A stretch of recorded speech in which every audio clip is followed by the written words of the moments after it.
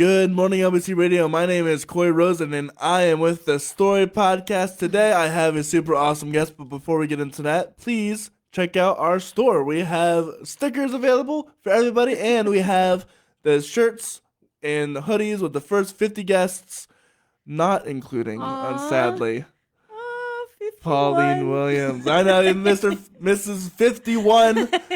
Oh, no. I'm so sad. But it's okay. It's okay. I was counting on that sweatshirt. But Pauline Williams, she's an awesome person. You should check her out anyway.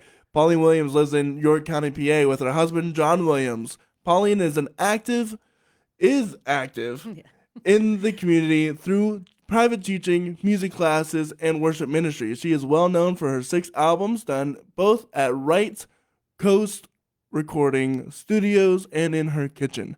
She invested her early married life into homeschooling her 2 children who were often involved in these undertakings. Now that her children are grown, she is publishing a series of devotional materials to encourage others in their journey to know their God. She continues to teach and write music in addition to enjoying gardening and learning new games to show up her kids.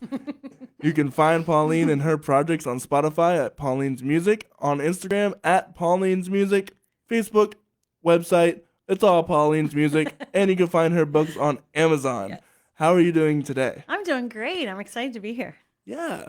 So what got you inspired early on in your life, do you think, to start making music? Into music, my grandma. Oh, yeah? Yeah, my grandma was a piano player and a singer.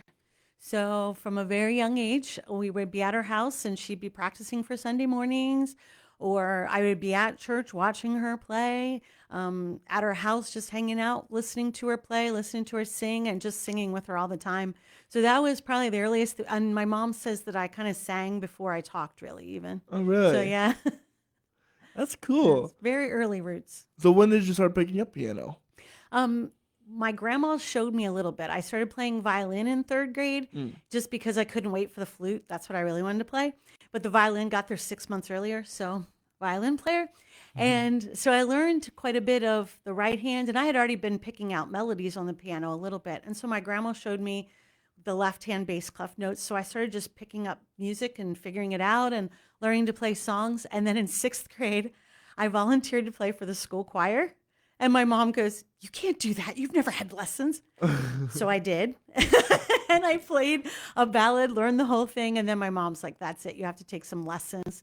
And the main reason I didn't want to take lessons is because I didn't want to play what the teacher told me. I wanted to play what I wanted to play. Right. And so she told me 1 year. You have to take 1 year. And then if you want to quit, you can. And I loved my piano teacher, so I never quit. So there you go. Exactly. It always does come down to the teachers. It does. Does make or break. They inspire you. Yeah. Because I remember my teacher, my piano teacher, because I was the same way. I didn't want to learn all the classic stuff. I didn't want to learn all the stuff that they wanted me to learn. And he was like, "All right, fine. Give me a song you want to learn and I'll teach it to you." And he'd just learn it by ear. So Yeah. I would show him like Viva La Vida from Coldplay. Yeah. And he would just listen to it and then start playing along. And I'm like, what? Yes. I remember my Bible college professor being able to do that. And I was just like, I want to do that. And so eventually you learn to do that. Yeah, and now I can do that with anybody else. And it's so awesome that you can learn how to play by ear. Yes. It's one of the skills I highly value in any musician. Even there are some musicians out there that you'll play one of your own original songs, and like a violinist will come in and just play along. Yes. And pick it up. And I'm like, wow. It's always so great. Yeah, it's a fabulous feeling. So where'd you go from there? From 6th grade choir? Did you keep doing that? Yeah, I just kept playing piano. And I mean, I mostly, unfortunately, in choirs didn't get to play a lot because they always wanted me singing. But usually they'd give me 1 song a year to get to a company. And so started writing music it would have been 9th grade. I heard a guy came back to the school who went to Spring Grove, because I went to Spring Grove. We've lived a lot of other places in between, but I grew up in this area. And I went to Spring Grove High School, and I don't even know his name. So to this day, I don't know who this guy was who inspired me, but we were hanging out after school, and he was in the music room playing away some songs he wrote. And I was like, I want to do that. Because I was always writing melodies in my head, but I had no way to get them out. You know what I mean? Other than just kind of sing it a little. And then I sat down and just started, I wrote my first song. And I still have it in a drawer. And I still have this is funny because this is on a cassette. This dates it, but it was on a cassette that my grandma took at a school function of me getting to sing the first song that I wrote. Oh, that's cool. Yeah, it was really neat. And that You was still in sing like it today? ninth grade. I haven't in a long time, no. It was kind of funny because I never realized how much like this one Ronnie Millsap song it was that we sang in choir that year. But I didn't realize that till later. Right. It's always funny how our first songs always get pushed away, but they're really special to us, but they always get pushed away. Would you consider it a good song or? Actually, it was pretty good. Yeah, that was one of the better ones. Like as you tried to like make it happen down the road, it got harder because you were trying to make it happen instead of just letting yourself learn to craft a song. Let some things be half finished. Right. You know, I still have a folder full of songs from my early 20s that I never quite finished. I had a great chorus, but never did anything with it. So, and that's okay. That's part of the process. Learning that that's okay. And you always have that folder you can go back to. Yes, and exactly. it might come back to you later on in life. And some do. I mean, I have a song that I wrote as my kids were born. And it's actually a song of Mary saying goodbye to Jesus at the foot of the cross. And it's called Goodbye. And I wrote it as my son was born. And I experienced what it was like to be a young mom who was scared to go take a shower because you don't want to leave your baby alone. You know, you're like, oh no, this poor little helpless baby, you know, and you're like, no, a shower is important. So, and it was funny because I started writing this chorus in the shower and I came up with the whole like main chorus and the piano part while he was a baby. I couldn't finish it. I just couldn't. Right after my daughter was born 3 years later, the whole song basically wrote itself then. Hey. And then I started performing it all over the place. And, it became a really special song. And I even put it in a musical I wrote once. And so it was neat how that happened. And it kind of taught me that's okay. Yeah, it's okay to relax. And I slowly realized I've been trying to write like albums for the past few years because I just want to get something out. And I've realized that I haven't played some of those songs in a few months. Yes, that happens too. It's so easy to let it right. I'm like back burner too long. Right, back burner too long, and then it's like, well, I mean, sometimes that's needed. Yes. But when you forget the chord progressions, I'm like, okay, maybe I have to revisit this and refocus a little bit, so that way I should write down the chord progressions. Yes. When I first started writing, I didn't write almost anything down. Just barely, basically a skeleton, because I'll be like, I'll remember. No, it's not. The biggest lie you'll ever tell yourself is, I'll remember it. Oh, no problem. I got this. No, you have to. Give yourself some notes. Give yourself some notes. Yeah, I've started writing down the dates that I start writing songs as well. That's a great idea. So that way I know, okay, what was I doing on that day? Okay, I was probably at church because there's a piano at church I really love the sound of. Yes. There's nothing like that. So an instrument you love. Yeah, an instrument that sounds great. Because there's always these plugins or whatever, but there's like a million grand pianos here at LBC. You'd be surprised if you walked into the Good Shepherd Chapel just how many pianos Not really. I there went are. to college for music. Oh, well, there you go. They're all over the place. But this particular one just sounds so warm yet bright. Yes. And it's like, oh, this is... I just sit there and I'll know if it's on a Sunday. That's exactly where I was. That's where it was. So, what was yours? So, I guess your songwriting process has evolved over time. Very much so. And I've allowed myself to try different processes. I mean, the part that was easy for me at the beginning was melody writing because I was a singer. So that was easy. Then what was tricky was I had kind of trained myself out of playing by ear a little bit because I played enough classical and by music, and I was playing for students and all that I wasn't playing by ear enough. But I had, luckily, a Bible college professor and then a worship leader friend who were just like, there is absolutely no reason with your ear and your music training that you're not just grabbing a chord sheet and letting it fly. And it was funny because that's really kind of what pushed me because I just started chording all the time. And I found so much freedom in it. I loved it. You could do anything. And then I was able to start putting backgrounds to more songs. Because sometimes like a piano part would come right away, but not every song, not every melody I had was supposed to be that. So you can't fit melodies in the chord progressions, you were like, right? so I slowly would take them to other guitar players Or I would actually, as I started to learn to sequence, is the old term for like what you did on just the Right. keyboard, one that was built into a sequencer. And as I started learning to do that, I would write bass lines and then put the melody in. And then I would figure out something cool to do on the piano or get the guitar player to play it. So I just started branching out.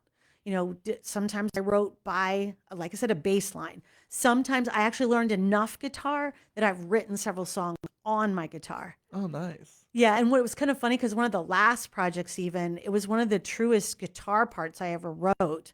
But it was so funny because the true guitar players in the room, like Bobby Gentillo from Right Coast Recording, and then my friend Isaiah Becker, who I've been writing with a lot lately, they both laughed because they're like, no guitar player would choose to go from that chord to that chord. But I'm like, but the singer who already wrote the melody would. Yeah, right. Yeah. So, well, So, but I figured it out. So Like, I I'm not a played guitar it. player. Yeah, exactly. I'm not. And so it was kind of fun because it was, and it's kind of funny because it's one of the songs that kind of gets a lot of comments too. You know what I mean? A lot of people saying, "Oh, I like that. It's just fun." And I do. You write melodies different to the different instruments too. yeah, I've slowly learned that, and I'm trying to pick up guitar again because I realized that there's only so much piano music you can make, Thank you. Exactly. and guitar is a whole other beast. Yep.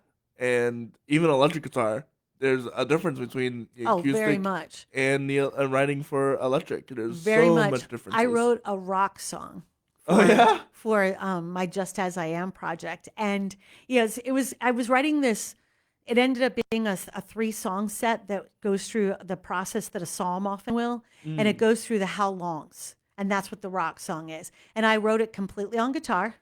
So it only has a few good chords. And it was so funny because some friends of mine had come to the concert, the Notespire guys that you got to be on their show, Notespire Music, give you guys a shout Yeah. out. But they had come to one of my live concerts for the Just As I Am. And they go, when you put out an electric guitar, we were like, what? When did Pauline do that? But I did have a backup guitarist because I knew that I would probably get nervous and mess it up a little and have to stop maybe even to sing it well. But I did play through the whole song. I'll give myself that. It wasn't as good as I told the sound people, I said, I'm on softly, they're on loud. Right. But it was It's so just a fun show. because it was just so much fun. Like, because Yeah. I wrote, it's just a straight rock song. But it fit that psalm concept of how long, oh Lord, will you allow all of the evil that's going on in the world, all the injustices, how long is it going to go on? And I let the song just stay there, just rock. And then at the end, I have a synth come in and just holds. And then I read it's taken from the Psalms. It's not like an actual, word. like, yeah, exactly. I'm not doing a word for word, but I just read this. But this I call to mind, and therefore I have peace that your mercies are new every morning. That's basically it. And then it goes into an actual instrumental. And it was so funny because I had written this instrumental one time at the piano and I never could do anything with it. But then for a concert we were doing for a benefit for a mission trip, I turned it into the whole beginning of the concert, like to pull all of us up to the stage. Gotcha. And it was so cool because we had this whole thing going for the mission behind us on the screens.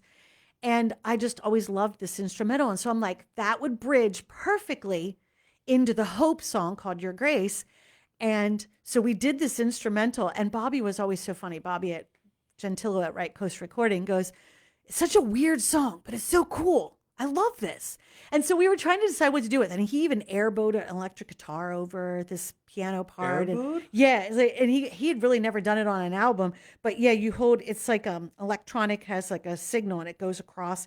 And it just, I don't know. If you want to look it up, it's called Hope Rises. On Spotify. It's really cool. But I thought about putting some words just a little here and there, and we ended up deciding not. And we just did this whole series of oohs that come in and out really fluidly. So it's just like this song just picks up steam, and it does. It feels like Hope Rising. And then it jumps into this song, Your Grace, which is just a straight up, God, I know that your grace is sufficient for all of it, that you're going to be the solid rock for all of it. That's crazy. Yeah, it was just a lot of fun. It was one of the biggest, like, piece to piece things that I'd stuck together. So when did you start getting concerts or start getting gigs, I guess. Well, actually in high school, I just started getting asked to sing at people's churches. Really? So it was just fun. One summer, my pastor joked with me as I got back that fall. He goes, "Oh, are you a visitor?" He's like, I had been there pretty much all summer. And I was laughing, and it was like, he knew where I had been. Right, of course. And it's kind of fun because it's as we moved back to York County, it was like 15 years ago, as my kids were in middle school at the time. And we would drive around York County. I'm like, "Oh, yeah, I sang at that church. Oh, yeah, I sang at that church." It's like the dads, like, "Oh yeah, I worked at that house. I worked at that house. I did this sidewalk." Exactly. So it was kind of fun, yeah. But some people would pay you, some people wouldn't. I didn't care. I just was enjoying singing. After that, I mean, I don't know. As I did each project, you kind of started doing some concerts based off of it, and then you would just be asked to sing at events. One of the things that I would encourage young musicians, I mean, if anything, a lot of young musicians will fall into this trap too. I didn't even follow up though when people would say, "I would love to have you come sing at my church," because I would think that I was being like showing off or something. You know what I mean? No. I would start being worried that people would think the wrong things. But I'm like, this person asked you. Right. They wanted you to call. They didn't, I mean, it wasn't even you cold calling, which I'm not even against that, by the way. Cold calling's fine. I will cold It's call a great people. thing. You know what I mean? It really is. And I've done it. And I just was never super comfortable with it. for those who don't know what cold calling is, it's literally looking up the number and just calling them without any Contact. any content, any context. Context. Yeah. And you just call them up and say, "Hey, I'm this musician. I'm going to be in the area." And it's a great thing to do. It is. But like I Some said, people will block you. Yes. I mean, that's just and it's okay. You got to be ready for you that. gotta be I ready for think that was part of my problem. I didn't want the rejection either. But Mhm. like I said, I wouldn't even follow up on. I would go sing On people who somewhere, and asked you. this Yeah. pastor would come up and go, "Oh, you would be perfect for this event or whatever. Give me a call and we'll get it set up." And I just wouldn't. Do it, people. Do it. Do it, Take a especially chance. those. Just get out there, do your stuff. It's amazing though. The more you do, the more doors open for you too. Yeah. So just do the stuff. Take the opportunities. Yeah, I can't tell you how many opportunities I've had because I just started doing this. I wouldn't have met Pauline. Yeah. Had I No, not we started, would not have. No, there's no besides the mutual friend. There's no connection between me and her. Besides me just looking her up on LinkedIn. There you go. And I guess that's what cold calling on LinkedIn. Yeah, I guess. exactly. It was. Yeah. You just sent me a message on LinkedIn, so I checked out the podcast. It turned out a friend of mine was already on, so I watched hers, and I had already said yes anyway. But I Right, checked it yeah. out then. I was like, because I had been very convicted now to just kind of say, no, you need to follow up on opportunities. Opportunities present themselves, follow up, and it leads to cool stuff. Yeah. I mean, singing in those churches in high school led to singing in commercials. I mean, you're thinking, how does that work? I sang at a church. A gentleman comes up to me after and goes, "You'd be perfect to sing in jingles." And I'm like, okay, I'm a poor college student. Of course, you're going to pay me to come sing for an evening. And it was a blast. I mean, I did tire commercials and the Leaner Wiener hot dog commercial. And, and some of them were on radio and television. Some just were demos that never got picked up, but it was a blast. And it gave me studio experience and Yeah. just, it was a blast. I'm curious, how do those work? For those who don't know, what is it? Just a night of singing a song a million times? Or? Yes. You walk in, they have the commercial jingle that they've written, and you're handed a little piece of sheet music, and you sing it a couple times with them. Then they pop you on mic, and a lot of times sometimes it was 4. Most of the time it was just 2. They'd have a guy and me, and we would go in and we would sing "Leaner, Wiener, Leaner, Wiener, Leaner, hot dog" over and over and over till we got all the layers, because parts of it would sound like a choir, and that was just us singing all the parts that we fit. And sometimes it would have a lead part over it, and you would sing that. And as soon as they had everything they liked, you were done. They'd hand you a check and you were done. And then once in a while it would sell and you'd have to come back and redo it. But most of the time it would sell and they'd even just use it that way. Wow. And would you get royalties off of that or No, something? No. unfortunately, I don't know I why. wish. Yeah, but I wish. And probably just because it was, it was kind of a local right, of thing. So it course. was like for local radio. So it wasn't really big commercials like national. I mean, I think if they Right. were national, you probably would. I mean, I know that the hot dog commercial was a very regional thing too. Like it was I've kind of never heard cool. of Wiener Wiener Yeah, hot I'm dogs. trying to remember. Low fat, let's go. I can't remember the company. But it was a local one, and it was just like it was their new low-fat hot dog, and they wanted a commercial for it. And my mom would call me, Pauline, you're on TV right now. And it was just so funny. But like I said, opportunities come, you just don't even know where. I was leading worship in church in Indiana, and one of the gentlemen, it turned out, and we were new to this church. My husband was the pastor, and I didn't get to lead worship very often because they already had a couple people who did it regularly. But I was leading one week, and he came up to me and goes, "You would be great at our community dinner theater." And it was Mm. through Bear Creek Farms, which is like it's kind of like a Bob Evans style restaurant, and they were all over Ohio, Indiana kind of area. Oh, okay. And they had where the original restaurant was, they had a big dinner theater building, and they had an amusement park for families, and they did a kids show. So he hired me first for a summer to do the kids show. And I ended up doing that 3 summers. It was perfect, or 2 summers it was. My kids were little. I had a teenage babysitter, and it was during their nap time. So I would go from 12 to 3 every afternoon, do 3 shows. Could take my kids there for a reduced price. I'd get dinner. They paid Yeah. me well. And then that led to some Christmas dinner theaters people would bus into this little town community theater, and we would do Christmas shows. So like I said, just one opportunity many Leads times to will another. just build. Yeah, I can't tell you, like, again, just by reaching out to certain people through here, I have opportunities now in Nashville And and that's so Key awesome. West, and because of people that you would have never ever have met had you not done Exactly. opportunities and And stepped out first. and stepped out first. Get That's out of right. that comfort zone. That's right. I never went out to open mics before. Mm. I wouldn't even be doing this podcast had I not had my friend rather pushed me out in some There ways. you go. That helps. It does Good help. friend. And and then I stepped out, by myself. And then I started getting gigging opportunities with my friend, and people started liking my stuff, and that's how I got into all of this. It's crazy how one decision snowballs Yes. into a bigger and bigger and bigger, not decisions, but just opportunities Yes. and a bigger thing. Yes. And I was talking to a pastor a few years ago about, like, as my kids were graduating high school and off to college, I was like, what am I doing with my music now? Because I did my first albums like when they were still, well, when they were little. I did several albums, but they were spread out. But then now I've been just doing them kind of regularly. And it was so funny because I sat down with this pastor and I said, I have all these ideas for stuff that I want to get done. And it was great because he just looked at me and goes, God can't steer a parked car. Start to drive.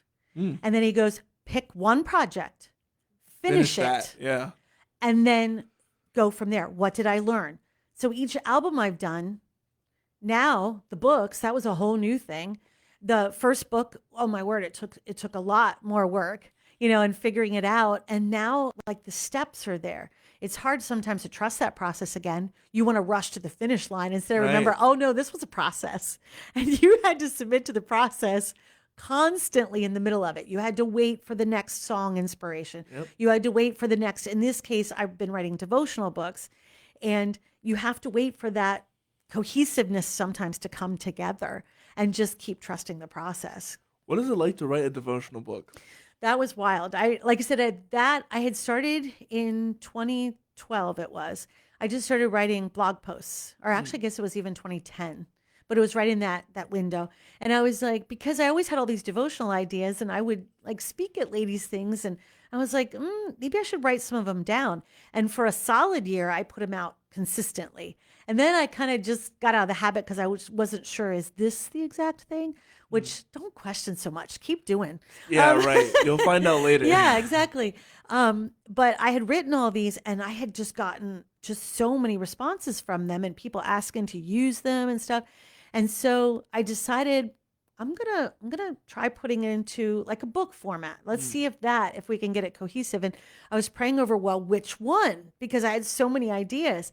And then I decided on one that was like a set of scripture verses that I would use with my kids during Advent season that were just prophecies of the coming Messiah. And so I would have them read them on the days leading up, and then we'd read the story on Christmas Day together as a family. So I had handed these out at several ladies' events, and people were always like, oh, give me this. I want this. So I was like, that's the one. That's what we're going to do. And I'm even going to write a children's component so that it has ideas for your family. And I'm very, very strongly wording this like, do only what fits your family. Don't feel like this is not a Oh, of course. checklist. Just do the couple activities you want. But the verses are the important thing. And then I just wrote a daily devotional basically for the family, if like teens and up, or just for the parents. And it was such a cool process because even the order, I was like, what order do I put it in? I'm not sure. So I would have to wait. And then as I prayed over and I started just writing the devotions, one day it came to me. So I put it all on a wall and I put it in brightly colored things and like it came in a wall. And then I saw that it had like kind of headings to them. So I put headings over them but the whole time I was just writing. I was just reading the verses and writing as it came. And then a lady did all my editing. And then that first one, I even had several pastors read it because I was like, I don't want to just put this out there, looking like, oh yeah, I had a little Bible college, so I'm going to write a book. It just sounds like presumptuous, but yet I had them reading it and they were all like, no, this is very good. This is, and I had a few moms read it. And so and then the follow-up, same deal. You put that book out there and you're thinking, because anybody who's written a song or written anything, it is a part of you. Yeah. And you put it out to people, that is very difficult at first. Yeah. It's like, because you feel like you're being judged. You know what I mean? And, right. Any criticism of the song is a criticism of you. Yes. And I always try to explain to people as a vocalist, it's even 10 times worse. Because if it's your guitar, you can say, oh, my guitar was out of tune. Or I didn't bring my good guitar tonight. It's your voice. It's you. So be really nice to vocalists, but be honest, but kind, but, be nice. Know that is kind of what they're going through. But, putting a book out was something whole new. And you're just like, okay, I had a lot of great feedback from people I really respect, and then I was getting gifts from people I didn't even know. And that was cool. Like, I have a whole little set of placards for the Advent season that just someone my daughter shared it with somebody else. Right. And I didn't even know her, but she got the gift back through them. And you're just like, wow, and then learning that people had shared it with entire family blocks, that's really cool. And we did a whole music thing with it too, which was totally cool too. And that's when I really started doing even more collaborating. Up until that point, I'd done little bits of collaborating, largely I had the song and I would bring somebody in to help them take it to the next level. But now I've been writing with a friend too, and that's a lot of fun. Collaborating is something I've been trying to get into a lot more recently because it's easier in some aspects. In some ways and harder in others. And, others and others. But it's so much more fun. Yes. And you take yourself in new directions. Yeah. And that's the goal as an artist, is to expand, not just repeat. Yes. Because like the Christmas album, I had so much fun doing that goes with the long-awaited one book.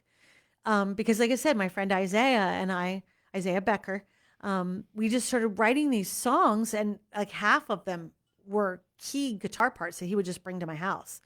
And so I would just ruminate over them, or some of them just instantly I would start hearing a melody. And so some of them, like the long-awaited one title track, was actually an old hymn, Come Thou Long Expected Jesus. No, not Come Thou Long Expected Jesus. Come Thou Long Expected Jesus. I did say the right thing. We took those lyrics and stuck it in and then just wrote an extra part to it. Or I'm trying to think of another one that he wrote. But once he did that, I ended up not even doing any piano on that. I ended up just doing a few layers to the vocals, just a little bit of harmonies, and then I just did string parts. And it was kind of cool because I borrowed our church's newest keyboard, was really nice string parts. So I used those. And because I really couldn't afford the Nashville strings, I wanted to, but I Right. couldn't afford them. But it was really cool because Bobby Gentillo and all of his bag of tricks, he took those really great strings and then doubled them with a set that he had on his computer to make them sound even richer and truer to life. So I wrote entire string parts, and that's where it comes to where we say on my dining room table. Although I wrote a VBS song once in my dining room. The entire thing was just in the dining room, and they used it for VBS, and that was in Florida. So she was kind of referring to that too, because she sang backup. That's fun. That's also a good tip for better strings is that layer more strings, more strings, more strings, and then it's gonna sound real. Exactly, a much truer to life sound. Right. So tell me, you said you wrote a musical. Tell me about that experience. Oh, that was a lot of fun. That I've done a few, but most of them were for kids at first. But let's see, my children were really little. We did basically a passion play. And that one, I didn't write all of the music. I'd only written parts of the music. And so some of the other stuff, I used other people's songs. Like we used Behold the Lamb, the old standard for one of the passion scenes. But I had written several of the other Mary songs about from Mary's perspective. And the entire play was from Mary's perspective. Gotcha. And, but then took you through the entire passion. And we did that. We did it for Christmas because we kind of focused on the Christmas section, but then took it through the whole passion. And that was a lot of fun. We did 2 nights and then we actually expanded to a third because the community was really getting into it. So that was a lot of fun. And that's funny because I know I have it on, you're going to love this, VHS somewhere. But I'm not even sure where I saved the whole script, but. So I guess it was just the Bible stories. Yes, Okay. it was Bible stories. So yeah, and we embellished a little, taking into some story aspects. Yeah, exactly, because basically, and this is something cool I learned about Old Testament writers. Let's face it, they're writing on papyrus. Yeah, right. Yeah, they don't have enough time. They don't have paper, so they're not gonna. They're gonna give us the bare bones facts, which I think was part of God's plan too. Yeah. Exactly, what's absolutely important for us to know. So, it's important to make sure you're going back to that when you're figuring out what do I add to bring this into a full story. What's probably the case that actually happened, right? Yes, exactly. So that okay, yes, this conversation does ring true to the text, but right, yeah. You had to get that for some of the conversations and stuff. I'm sure that's a lot of the battle for sight and sound. Yes, actually. exactly. Yeah, so I always wish that was one opportunity I didn't follow up on and I always was sad about. Really? Yeah, because I had gotten a letter to audition and I didn't do it because I was afraid it'd be too much with my little kids back and forth. And now I'm like, oh, come on. You can still do it though. Yeah, how about it? They can use you still, I mean, they're always looking for people. You can probably still do it. Yeah. Then you can say I was on Sight and Sound. There you go. Although lately I've been pretty busy with this stuff. Oh, fair enough. You start writing enough of your own and you do start getting busy with your own stuff a little more. Yeah. So how did you also start a business? You do your teaching? Yes. And that I've just been doing. People, once again, like in college, some people from my church just said, would you teach? And it was funny because I've always been a natural teacher. I didn't get an education degree because I knew I didn't want to teach in public schools. So, which is kind of in some ways sad though too, because I know there's a lot of smaller Christian schools that I would that just need part-time. And so sometimes I'm like, oh, I should have done that, but a second lifetime, right? But yeah, I just started teaching privately, and I was always so in love with my piano teacher growing up anyway, that I was like, yes, that's a great job to have too. I just kind of wanted to be her. And so I started teaching voice too, because I was a voice major, piano minor in college. Gotcha. So and people would notice that I was just a natural teacher too, because I started actually coaching gymnastics that way. I was still tumbling in college to stay in shape. And they were like, wait, you teach, we'll let you come tumble for free if you would coach a little. So I just started coaching a little on the side too. And I just did that up through my early 30s. And then I kind of focused back in on music. But yeah, it's just people came and said, would you teach them piano? And then I started coming up with the whole philosophy even of what my studio would look like. And talk to me about your philosophy. My philosophy is basically I wanted kids to be lifelong piano players. They don't have to be the greatest piano player ever, because it was kind of sad. One time, this is a little bit off of going into philosophy, but it kind of shows you my heart in philosophy. I had two teenagers come to me who had studied with a very strict classical teacher. And there's nothing wrong with this because they are in a niche and they are raising strong classical players. Right. Yeah. But this statement upset me to no end. These two piano players were very good piano players. They were never going to be great classical pianists, yes. But that teacher had looked at them and said they had no business touching a piano. And I was so upset because I was like, recently, those two people are young adults and they send me pictures. They have pianos in their home and they play for their pleasure. Right. Yeah. And that is so important. Do you know what I mean? Like Right. and I have kids. I have a ton of kids who've gone on to have careers in music. That's awesome. You know, I've had kids who become producers. I've had kids who've gone on to be worship leaders. I've trained worship leaders who've come to me to get their vocals better. I've trained them. I've trained young teenagers how to chord and be in their worship band. You know, I've trained all those things, and that's vital. But also, so is the person who just wants to sit down and play that piano or play that keyboard. And so I try to make sure kids get a really strong foundation. I teach them in music reading first, just because that opens so many more doors than just chording at first. And then I let them learn chording as they get a little older, because I think it's important, because if you learn chording, you understand a little more of what some of those great composers did too. Yeah. And you can even figure some of that out by ear too, because you get, it's still just the standard 1, 4, 5 with some 6 minor and 2 minor. You know, you start to go, it's still basically the same thing. But then you start to learn the nuances they used of the 7s and the 6s and the things they added to create extra beauty in those basic chords. So it's fun. But my philosophy is lifelong players. It really is. And singers, because that's my big thing with, a lot of people, you know, they don't necessarily want to sing, and I don't teach classical voices much anymore. I teach it to people who want to go into college and start studying it, but I don't otherwise. I teach a lot of Broadway and jazz and stuff that still had good, true, pure vocals so that they can learn that good technique. But I always tell them, I'm like, you want to do a pop style because you want that style and you want a technique that's going to allow you to sing till you're 70, not you're done at 30 because you've fried those vocal cords. Mm-hmm. So good vocal technique's important. So I teach them that basic, true philosophy of this is good technique.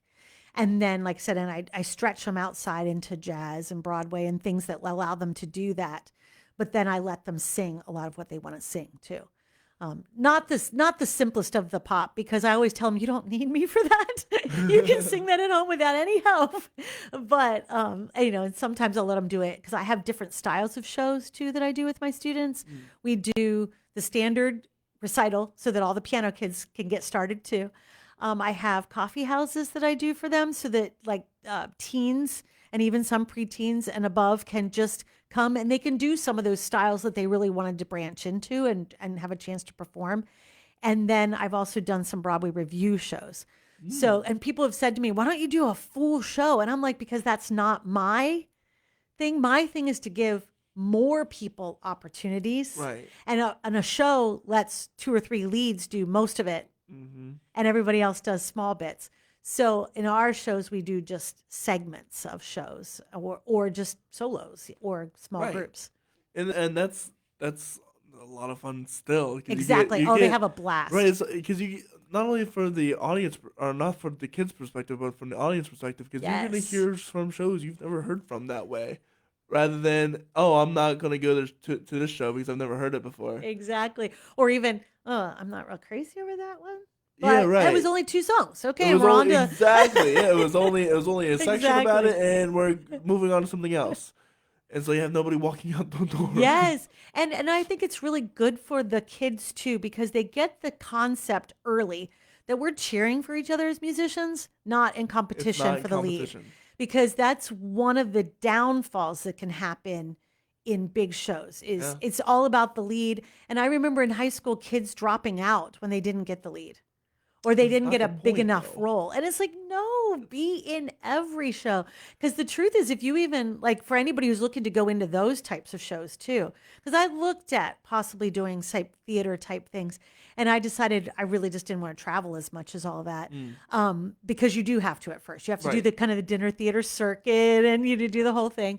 And but the really cheer for each other, be willing to do all the small roles, be willing to learn the whole thing from the bottom up and cheer for one another, so that the atmosphere of the show even comes across better to everybody when Right. we're all in it together and we're all trying to make the best possible show possible, whether you're the nun in The Sound of Music or whether you're Maria. And It you're just as important too, by Yes, the way, because yes. without the nuns, Who's going to solve the problem of Maria? who is there? There's no problem with Maria. Thank you. There is no Thank problem. you. And besides, all that's gonna just expand your repertoire, expand your Yes, experience, yes.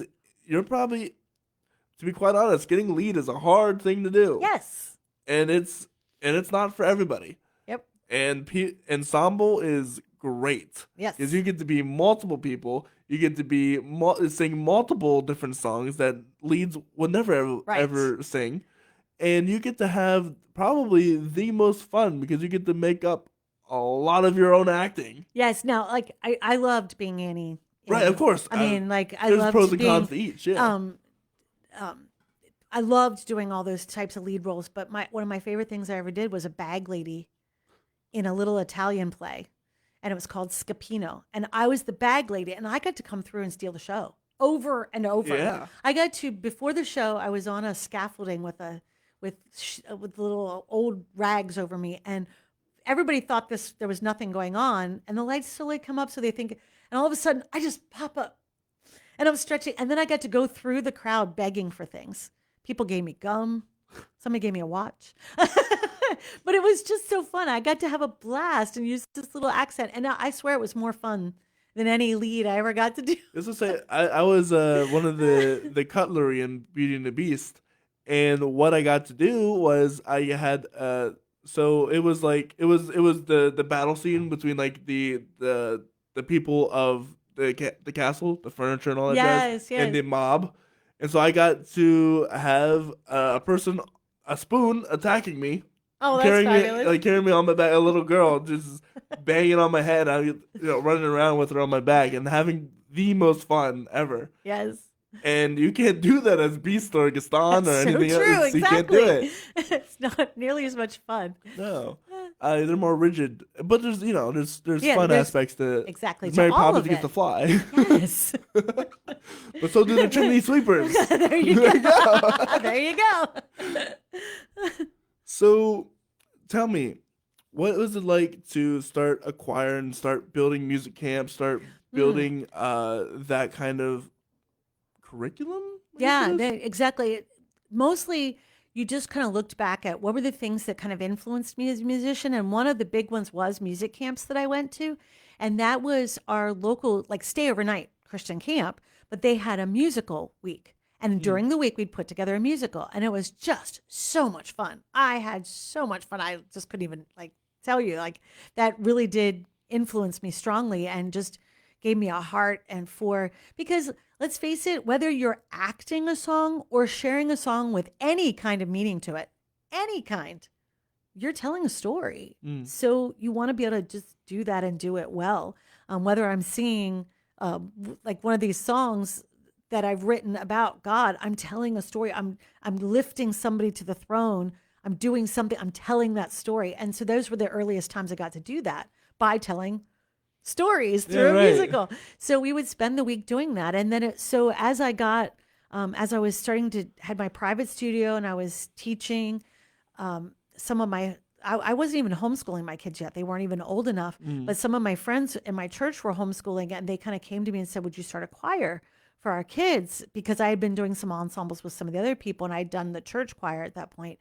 And I was like, sure, let's do it. So we started just going to nursing homes and other churches and singing. So that was a lot of fun. So in Florida, I kind of just did the same thing. I just kind of announced it through a homeschool association, and we ended up with like 30 kids, and we did musicals in it. We also just did I tried to always do a session of just general, introduce them to many types of music, and then a session where we put together a musical. So even my homeschool choirs I've had up even in now, that's kind of a way that I'll often do it. I'll give them a smattering, so that they're doing an old classical like "Oh Shenandoah, I long to see you," something gorgeous like that, right next to something from Sister Act 2. You know what I mean? And we're doing joyful, joyful. So they're just trying all these things, and then another session where we put together a musical. And then you mentioned the music camps themselves too. It's just kind of fun. Our church in Florida had a huge day camp. It was their version of EBS, but it was like an all-day program. Oh. And so it was huge. And out of that, our children's minister and I just kind of said, let's try a music camp, because she had seen all my homeschool choirs and some of their productions. And she goes, let's do this. And I was like, yeah, I did them when I was in school. Let's do this. So we chose a musical. We found one by Janet Gardner, and it was called The Phantom of the Music Room. And it's an adorable little play. The kids think there's a ghost in the music room at night because they leave musical, and in the dark room, the piano starts to play. Long story short, it turns out to be the janitor. So it's hysterical. They don't find this out to the end, but they're getting scared the whole play. And every song in it was written to a classical theme, but just moves the plot along. So it was really cute. And I stuck, I can't remember. We only changed like 2 songs to put like these 2 Christian songs we wanted in it. Plus, there are commercial breaks. I'd forgotten this. There are commercial breaks in it because it's supposed to look like it was really fun. And we took those commercial breaks and they wrote their own commercials in part of the music class, which was fun. So that was a blast. But we just, Monday through Friday, the kids would come like 9 to 4. And we taught them lessons through it too. Like we would have a voice class, but of course you'd use a song in the musical to teach it. Right, of course. We'd have an acting class and they'd do a scene from the musical. Right. So that by the end of the week, they'd put on this production for their parents. And then that's all we did the first year was that one. And we had like 60 or 30 kids the first year. And then the second year we had 60, or the third year we had 60. It's because it just kept building each year. But the second year we added a second camp, and that was piano, voice, violin, and guitar. So they came and they signed up for their discipline, which one they were going to do. And during the week they learned the basics. And with guitar, with all 3 of those other ones, they had to have at least had just 1 year to so at least know the instrument a little. Course. But then we put on basically a big recital. And by the end, they did songs totally together too, which was really cool. That's fun. That was a blast. And then we ended with one big, because they all learned to do like 2 or 3 songs like in the beginning, because I did a lot of ear training with them all, because that's good for every musician across every discipline. Yes. The better your ear is, the better you can sing and get things in, the better you're going to be on your instrument, because you're going to hear stuff so much better. So, yeah. Absolutely. So we have some of your songs, actually. Yeah. Do you want to start with Psalm 103? And Sure. Talk about the compositional process of that one? Now, that one is a lot of fun because that was just written at the piano. That's kind of like my standard writing pattern that I've fallen into. I just sat down one day and I came up with this little piano part. And this is funny because it kind of dovetailed 2 projects, because my next project is actually a Psalms project musically. And my friend Isaiah and Becker and I have, I think it's 6 or 8 of the songs written so far. And we're going to actually put this one on as well. But I ended up using it in the Long Awaited One album. So that's how this one's already done. But I sat down at the piano and I had Psalm 103 open, because that was one of the things we had referenced in the book. And I just started playing, and parts of it fell together, and I'd have to stop every now and then and pick a spot, and I'd focus on that, and then I would just write the next section. So, and then Isaiah started playing guitar on it, and then actually you'll hear Bobby Gentillo playing most of the electric parts that ended up on the album this time. Nice. So I'm curious, is this a verbatim? No, okay. but close, I think, in spots. was supposed to say, because it is, I've tried to do verbatim Oh, Psalms. and out of the Psalms, it is so hard. It's impossible. It's darn near impossible. Or they sound really strange. It They don't sounds sound very super modern. strange. They call it poetry, but not in English. Yes, exactly. Well, you have to remember that it is. I know, It's of course, Hebrew yes. poetry, so it is tough. That's what I'm saying. So yeah, it's not in Isaiah and I, English. it's funny because all these Psalms we've been writing, some of them have small chunks that are verbatim, but much of it will take a section. Kind of say, how would I say that now? Right, and how would I make it like rhyme or flow? Yes, exactly. Because it does not do that No, now it doesn't. at all. But with that said, this is Psalm 103 by Pauline Williams.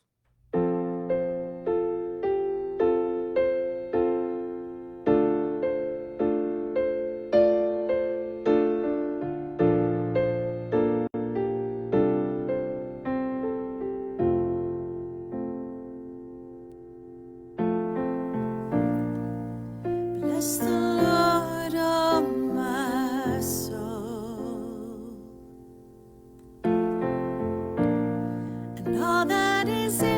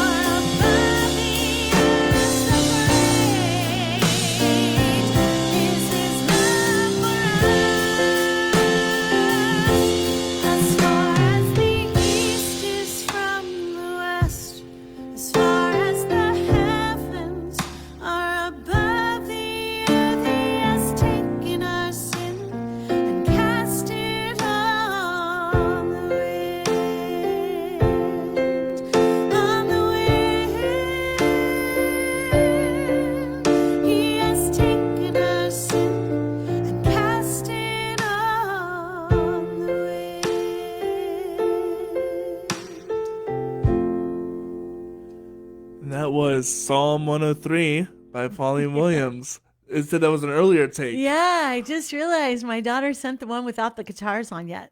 So how dare she? Well, hopefully this is the next song, Your Grace. Yeah. Is the right one. Oh, I heard we started playing part of that one earlier, so that sounded right. So tell me about this one. Oh, Your Grace. This was a fun one. This is one, Corey and I were talking a little ahead of time, and this is one that was actually part of a 3-song trilogy that I wrote. As I've been learning guitar to learn to play some things out myself and a little bit of bass, and just learning some of those things to become a better musician, a better writer. And first song in that trilogy of songs is kind of follows the path of a psalm that psalms often take, where you just pour out your woes to God, reflect on God's goodness, and then praise. Give your assurance that you trust and praise God. And so the first song was called How Long, and it's a straight up rock song that I wrote on electric guitar. And I kind of wrote it on acoustic at first, and then I realized it was a rock song. And it was just a straight, pretty hard rock song. And it's so funny because one of my friends who played in one of my concerts, he even goes, "That's my favorite," because he goes, "That's my style." But but it totally just stays right in that moment of saying, "How long, O Lord?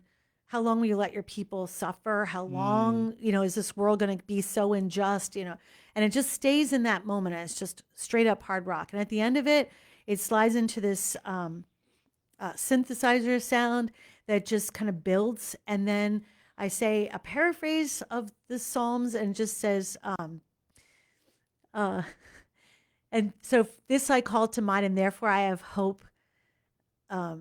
Your mercies are new every morning. That's basically that. And then it goes into an instrumental song called Hope Rises, which starts kind of small with this little piano ditty that goes. And it was one that I wrote at the piano once, and Bobby Gentile called it that weird song that's really cool as we were putting it together.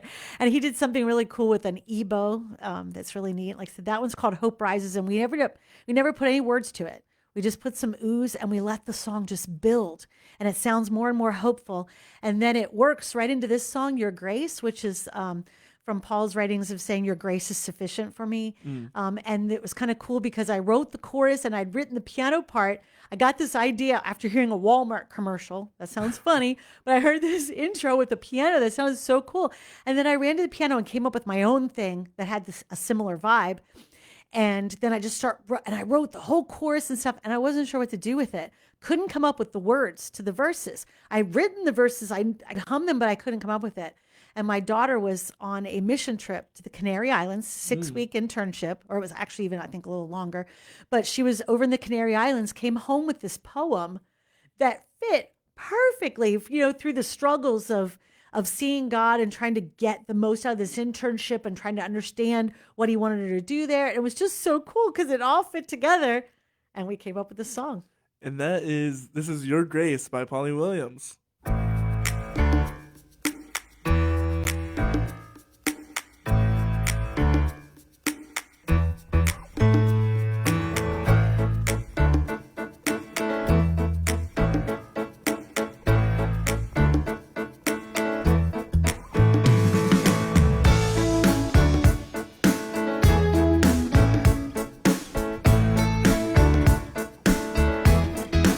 The clouds were closing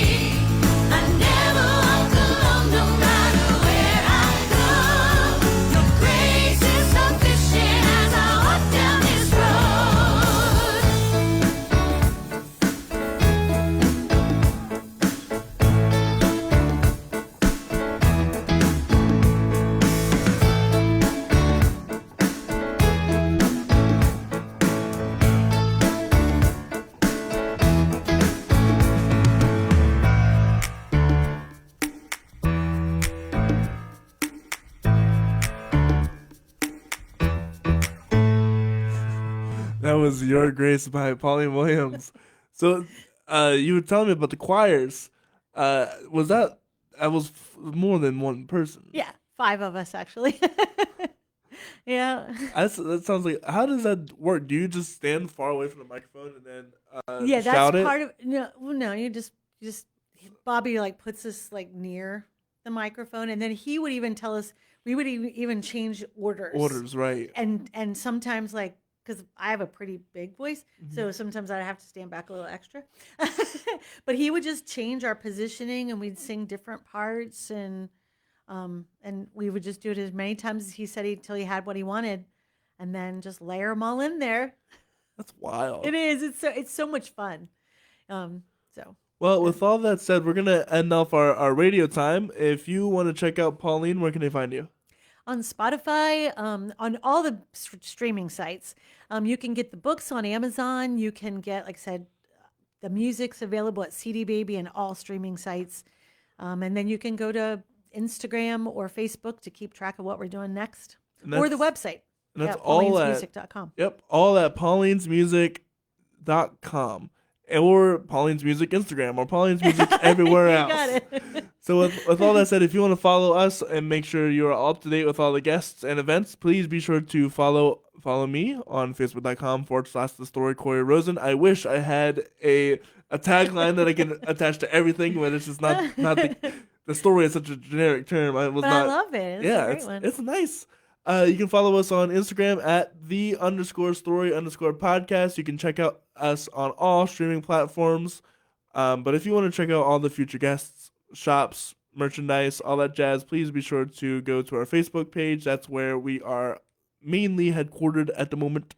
So if you want to check out all that stuff, please check out Facebook.com/The Story Corey Rosen. We're going to let you guys get back to the radio, but we're going to continue on Facebook Live.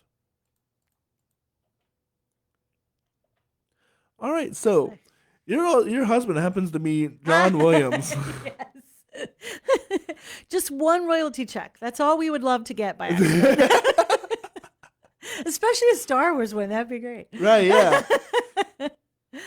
So how much fun is it to say that, oh, by the way, I'm married to John Williams? Oh, it's so fun. I had a little boy recently because he, of course, has no idea how old the real John Williams is now. Right. So I handed him the book of John Williams songs, and he goes, "Oh, cool.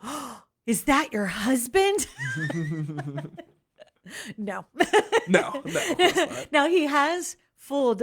His brother is a professor at a Bible college in Idaho, and he actually called John up one time, and because he had them convinced, they were a little skeptical, but John got on the phone and they convinced him that yes, he was related to the John Williams. Until someone finally looked up how old he was. But Right, of course. It's funny how my teacher, one of my teachers, convinced his class that he had lived in the closet. Oh no. Yeah, or like in the schoolroom closet. Yes. And while he got to the point where he put a sleeping bag in there. That's fabulous. Well, he was like, well, there's a kitchen, there's the showers in the gym, and it's like, you never see me leave and never see me come in, do you? And the class was like, no, we don't. Oh no. So we start asking, do you live here too? It was a bunch of middle schoolers, and I'm like, fabulous. That is hilarious. What a prank to pull on a bunch of kids, and all these teachers like, what are you talking about? Yeah, well, the good news is too, being John Williams, he knew a lot though. Right. And he's also a fan of pretty much every movie John Williams has ever done the music for, so it was pretty easy. Yeah, I'm sure. And when I it didn't click for me when I was like, because you had given me their email, and I was like, John, what? Wait a minute. So I had to clarify with myself. I was like, no, this is not the right. It's not the John Williams. Because I was like, I was about to hype myself up for something way bigger than I thought it was. Oh, that's fabulous. But yeah, that's a fun little quinky dink. Yes, it is. Yes, it is. So what is it like to balance your work life with your married life and your kids' life and all? I'm sure it sounds like it's quite intertwined a little bit. Oh yeah, very much so. Really, I with the teaching, I would basically every year figure out how many hours can I actually dedicate to this. And for a while, I even did some teaching outside of my home. I would, like rent a space in my church or something just to keep it a little bit more separate. As they got a little older, as we moved back to Pennsylvania, I didn't bother with that as much because they had their own lives going by the time they were teenagers. They had their own jobs and their own classes they were going to and stuff. So every year I would just figure out how many hours can I realistically do. And that's how many students I would allow to fill up the schedule. Cause it always did. I mean, that was the one thing, teaching, privately is a lot of fun. And it's just like any other private or small business that you run. The longer you do it, the more your name gets out there, and you have to start making up, okay, when do I accept new students? When do I tell them to call me even? Because I'm to that point where I just tell people, because I won't even answer questions because it's kind of pointless to answer questions when in 3 months, when I actually you typically open up a little to students like each fall or each winter, I don't know that I'm going to even have space, because for a few years there, like I didn't. I mean, I think there was like 3 years in a row there, I just didn't open to new students. So you come up with all of your little things as you go. My kids, they just kind of got used to, it's the same as if I was doing any other part-time job. The only nice thing was I often didn't have to pay for a babysitter for some of it. Sometimes I would, sometimes I would do it when they were certain places or in certain groups, which was nice. Do you know what I mean? So they weren't always having to wait on me. But like I said, at each different age and each different stage, would just tailor the number of hours. One of the hardest things was songwriting while they were little, though, simply because I had a hard time dedicating the time.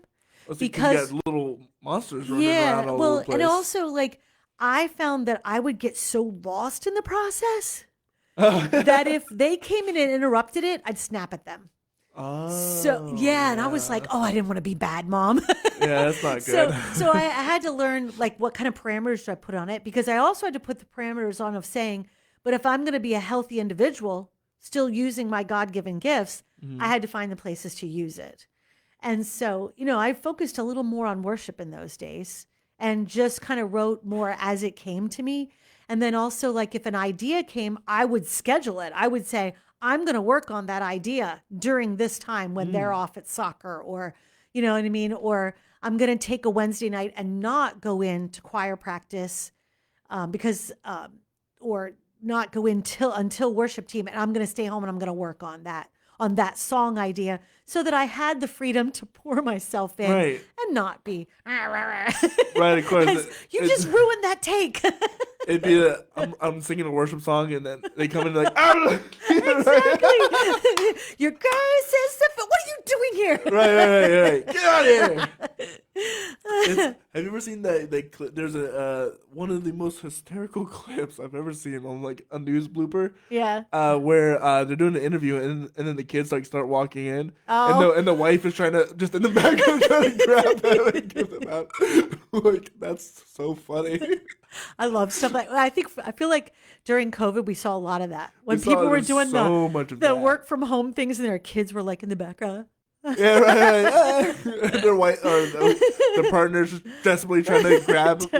Like kids are always. Here's a story I forgot to tell, because you mentioned you didn't want to take a shower for your baby. Oh my word, yes. It was first child syndrome. My mother would always have to take the quickest showers because I was an escape artist. Oh my word! Corey. Yeah. I'm glad I didn't hear this story when they were little. But go ahead. But well, I mean, she would put me in my little playpen, stuff that kids shouldn't be able to climb out of. Yes. And she would quickly, she told me she would already be ready for the shower when she put me in, because she knew she only had this many minutes, and I'd be already out making all sorts of havoc. And so I wonder if it's ever going to bite me in the butt when I have kids. Probably. And maybe we'll just sit them there, and we'll have to, so I keep my eye on them while I'm in the shower and just make sure they're not doing anything suspicious. You've got it. Or just come up with those activities work. Oh, yeah, give them a color book. No, yes. Yep. There's this one thing that they will get lost in. And run. And then run away. Yeah, right. Well, that was my problem. I was very hyperactive as a kid, so I'd always be running, and I'd always find the stupidest things to make me entertained. For example, I still I'm maybe ashamed to admit this, but I sometimes still do this, because it just feels really weird in a nice way. So I will I'll get on the floor and like crawling, but my head will be on the carpet, and just the Oh, way it okay. moves through my hair and You like still like massage, that. it That's feels funny. nice. There you go. It feels nice. It's rare. Let's say, because I don't want anybody catching me doing Right. that. Exactly. But Exactly. whenever everyone gets goofy in their But now adult everybody life, knows. So now everybody knows. But who cares? I don't care. But it's whatever.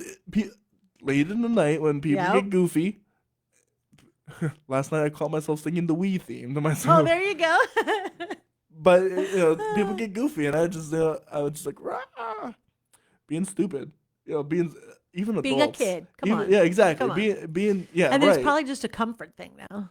Maybe. Just that brings back I found comfort in this. I tell you what, I used to hit my head on the pillow because it made my parents laugh. Yeah. Oh no. That was always my son. He was the one who, like, anything to get a laugh. Yeah, And you have to be anything. really careful because he was really good at it. And we don't know how many times we've always talked about, like, how many times we'd have to step out of the room as a parent because you just wanted to laugh, but you knew you couldn't. I teach children how to swim, and they get mad. And some of the things that kids do when they get mad Oh, yeah. are hilarious. Yes. They'll be like a little short person stomping their feet at you in the cutest way, and it's so funny. And you And always you're- wonder who are they imitating too, because Who- often it is. But you can't laugh at it because Yes. feelings are valid, and you can't diminish those feelings, Yes. or else Oh, in bad fact, things happen. That's wild. My son quit acting for years because he was in a play. I want to say he was 10 years old, 10 years old.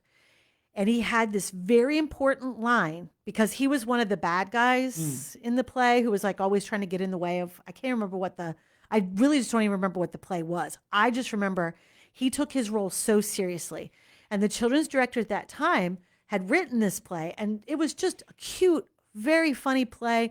But Josh was one of the bad guys, and he, like I said, she made them do character development and everything. So cute. So he was on it. And he stepped forward and did his big role, and he kind of like they got put in their place basically, and he walked off, and his head starts to bow, and he turns around and he goes, "Sorry." And it was so perfect and so adorable. Everybody in the audience laughed. He was furious because it was his big moment to show that he had changed his heart. Right. And he was so upset he wouldn't act. He quit being he wouldn't take any acting roles in my choirs or anything after that. And it's so funny because now he's just now in his 20s getting back into improv somewhere at a local place in Norfolk, Virginia, where he lives. And it took that long. So you're right.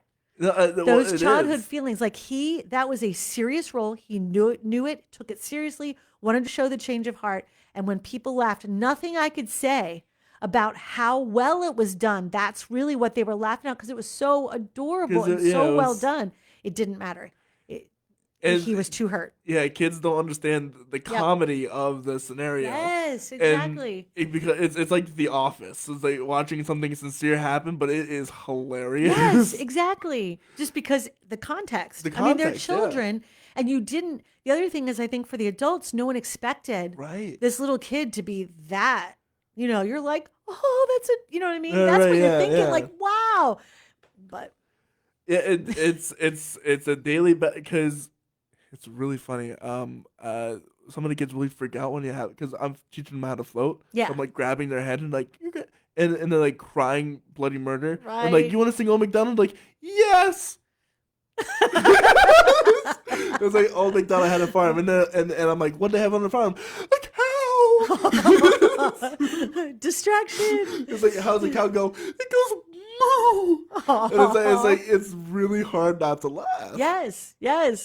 And because it's So important to not. It's so important not to because they're having their big molding. feelings, and and you don't want them to bottle up those feelings because as adults who have already bottled up feelings know how it goes. Yes. So It's really wild because this summer I have been working through the book The Artist's Way, and I don't remember the lady's name who wrote it, But it has you write your 3 pages of stream of consciousness writing every morning, called the morning pages. So is stream of consciousness, is this when you don't think, you Yeah, just you write? don't. Well, yeah, you Okay. just and of course I'm a thinker, so I start thinking about what I write. But she's basically like, just don't stop yourself. Just keep writing, even if some of what you're writing just feels mundane or silly. Write it, and it could be creative writing. It could be just what I'm feeling that day. It could be anything. It's been fabulous though. It's been really helping me like unlock my creativity after a year where I let myself teach a little too much and try to be creative still. There is a limit. That's the other thing I found. There's a limit. If you teach so much that you're not letting your creativity out, you do kind of squelch, just because it's just so much routine and mundane. And no, and not the right finger. No, tuck that thumb on that scale. So much of that you don't. You're there's nothing left to be creative with. And so I've been kind of trying to rejuvenate this summer, and I've been doing those. And she encourages what they call artist dates, to go out and just feed yourself as an artist. Go to that museum, yes. go on that walk out in nature, do something. So I've been challenging myself with that. But one of the exercises is contacting those childhood traumas or those childhood voices that get you to stop writing. And it's funny because one of the things we talked about earlier was not sharing your gift because you think you're being arrogant or you're being a show off. And one of the early voices in my head, being a church singer though, was you're just showing off. You're doing it for all the wrong reasons. Lord. You're not doing, yes. And people judging whether or not you are. Yes. Yeah. And one of them was, I remember this one vividly. I was in high school and it was a date. Like I was just starting, it was a very casual kind of dating situation yet, but I was at his family's house and they found that I had sung at this church and they had paid me $50 to sing at this little church. They were being nice. It was some high schooler who's saving up for college and they wanted to support me because they loved what I was doing and they loved the music. So I took it as that, thank you. He condemned me. Like he was just like, you should never take money for singing for the Lord. And that's just not right. And it was funny how well that conversation still plays in my head. Right. Yeah, I still remember it vividly. And I wonder how many times have I held back from sharing because I was so afraid that people would think that about me. Right. No, I mean, but you have to learn as an artist, you have to just share. Their response to your art is theirs. It's not on you. The only thing you can do is try with your whole heart to have a pure motive. But, you can't change someone else's opinion. I'm going to walk away from this podcast today and I can't change your opinion of me. Right. I can just share as whole and be as real as I can be. And be as genuine as I can be, and just hope that it works. Yeah, exactly. Because it's on them, you know. And you got to trust God too to work on their heart too. Yeah, and it's great. And there's two sides to that. Yes, there is the times where people need to be real with you. Yes. But if you know in your heart that you are doing it for this blank reason, that's on them. Yes, exactly. And besides, it's probably, especially when it comes to the church, this is something that has bugged me for a while. It's like, oh, you shouldn't get paid because you do this for the church. I'm like, the pastor gets paid. That's right. Exactly. And should he preach for free? Exactly. And an artist can't keep creating if they're not getting something. Because it takes you how many hours? Like they sit there and go, well, it was a 3-minute song. Do you know how many hours I poured into that? Even just having especially if I'm sharing at a church, I want to make sure what I'm saying to you is theologically correct too. Right. So I've had to pour myself into God's word, into good teaching, into, and then besides all the hours you took to be the musician that could create a song like that. Exactly. Yes. This has been like 20 years in the making, by the way. Exactly. Because if I didn't have any of those 1 years, it wouldn't be where it is now. Yes. And do they pay for the coffee they put in the lobby? Or do they get it for free because it was for the church? It's for the Lord. No. Yeah, you're going to go pay for that coffee. Do you pay Chick-fil-A? Yeah, exactly. For that meal you're going to give your volunteers? Yes, you do. Right. So pay that artist something. Because let's face it, you can't pay what they poured into it. You can't. You can't cover that time. So at least give them something that says, for the time they're giving you. Thank you. Right. And be gracious about what is offered you too. Oh yeah. Do you know what I mean? absolutely. Like I know, and this is important too, to realize it's okay to set limits and say, no, it costs me this much to travel Mm-hmm. to X church. So X church should at least be covering this This and a little cost. bit. Yeah. And then if they want to give you more, because I've had places do that. I had one, I mean, probably the biggest one ever was it was a church in Gettysburg. So it wasn't that far for us because we're on the other side of York, on the Gettysburg side of York. So we were like, okay, if they just give me $50, it'll cover our gas. We can get some lunch on the way home. No big deal.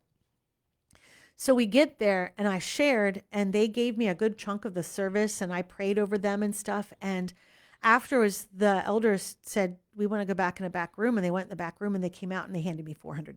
Oh wow.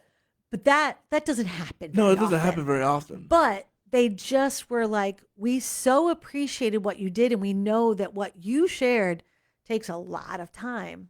And we just truly appreciate it because we hadn't felt that fed in a long time. Yeah. So, you know what I mean? It was like, so just say thank you. Yeah. Yeah. Quite. That's another big lesson for all you young musicians.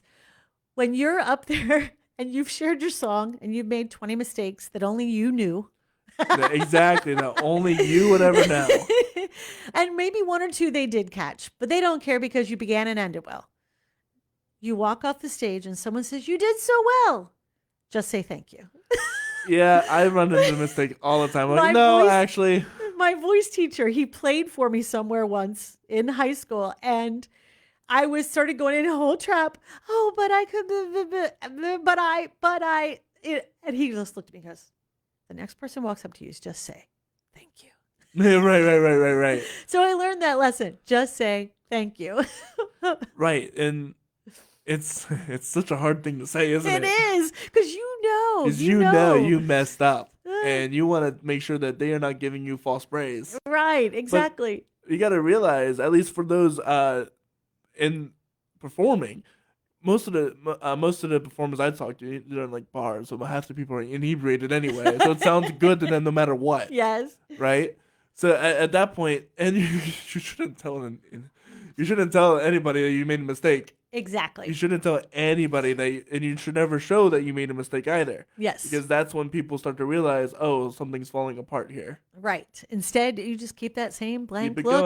going. Or as Smile. one of my favorite guys I like to listen to speak is Benjamin Zander, who was like the conductor of, I think it was the Boston Pops for many years. And he's fascinating now because he talks about his attitude shift through the years of being a conductor from acting like a jerk to his crew and getting on them for every little mistake and just being he calls himself, he goes, I was a jerk. Right. He goes to realizing I was just a member of this team and that I was going to get far better results by building my Building your team up. And then he always says, when you learn to make a mistake and just go, that was interesting. And move on. And move right on. And it is so fabulous because I teach that to my higher level students now all the time. And they all know too that if we're in a recital or something and I'm accompanying them, or they're watching me accompany another student and they see me get a big grin on my face, I've probably just messed up. Oh, no. Same thing because here. I have just totally learned to just go, because I'm thinking, that was interesting. And I just keep going. Anytime I'm laughing during a performance, you know I messed up. Yes, exactly. Which I've learned to at least not do that far. I just grin. But they all know it because I just smile. But you do, at least it helps you relax too. Yeah, and recover yeah. so much faster. So much faster, and it helps you So pay more much. attention. Yes. Because you're so much more focused again. yeah, well, I mean, yeah, but in the inverse, if you start panicking, then you start making more mistakes. 10 times. It can go south really It can fast. go south extremely fast. If you just laugh it off, say, "Oh, that was fun," and you go ahead and like learn to laugh at yourself. You can't take yourself too seriously. Exactly. Because exactly. Then you're gonna be in a downward spiral forever. Yep. You learn to laugh at yourself. And loosen up because Loosen it up. keeps you, you play 10 times better. Oh yes. It's so funny because I recently, You'll in the injure last few yourself, years, you know. started playing tennis. And I always loved tennis, but I never played. I mean, I hit balls with my kids a little, but then I took a class outside one summer 4 years ago, and it was fun. It was just from a high school coach. And it's just once a week. And then that fall, I started taking some clinics and a few lessons, and now I play on several teams. And it's a blast, but that's the big thing. It's fun to go through the learning process again as a teacher and as an artist to see the similarities in the learning process, because I've had to learn how in the world when you get back out there on the tennis court and you're like this because you're in a match, and you're gripping that racket so tight that you're like, and you start to learn, you got to loosen up. And it's so funny because I'm catching myself, because I used to remember to tell students to watch for it when they would tell me their hands were starting to hurt.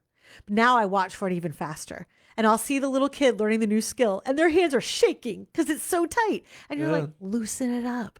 And every musician on that stage, loosen up. Take that deep breath first. Take that, whatever it takes to just get yourself to relax. Even let your craft, let all the hard work do its job.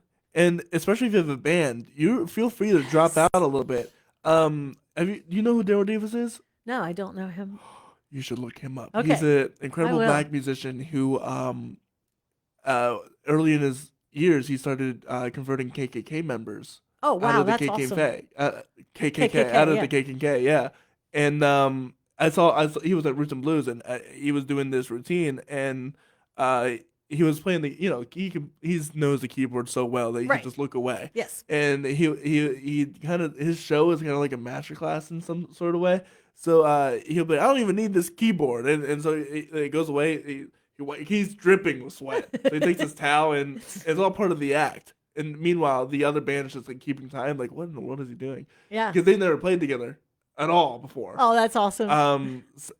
So they're like, what in the world is he doing?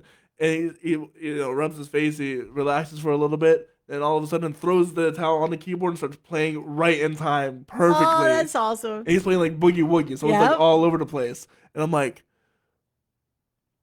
wow. What a moment. Yes. To realize, okay, I need a break real quick. I'm gonna make a moment out of it.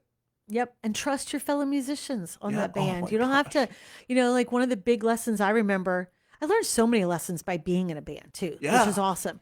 Because as a piano player, one of the cool things is you can make your whole thing. Like one of my boys who's fallen in love with piano right now just goes, it's like the king of instruments because you can do it all. Mm-hmm. And that's awesome. But sometimes you're in a band and you need to quit. You need to quit doing it all. Leave room for your bass player. Oh, absolutely. You need to quit doing so much rhythm that your poor guitar player can't find a rhythm. Right. You need to, calm it down. Figure out when to play, when not to play. Leave it simple it up. You know what I mean? And learning to just do those fill things. And the little things that just make it more beautiful. And then, like you said, just staying out when you need to.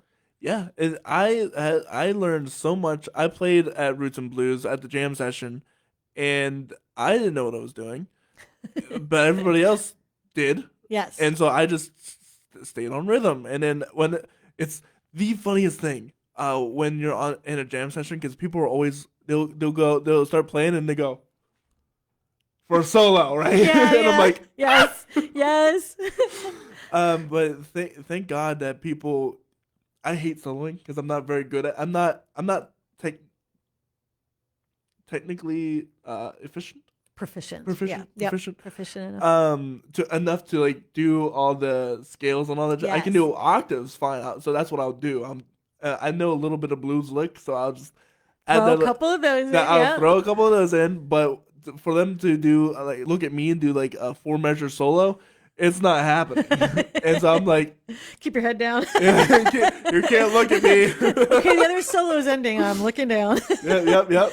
Yeah, I was fortunate enough to play with the one of the first worship leaders I worked with, really worked with. He was a jazz musician. So, and he played for a couple of my songs in a concert one time, and he did that. He was just looked at me, and I'm like, oh no. No. But you just go for it. Yeah, and that's I think I'm blessed that these musicians will keep looking at you. Yes. How about it? Until you do it. And yep, it's so true.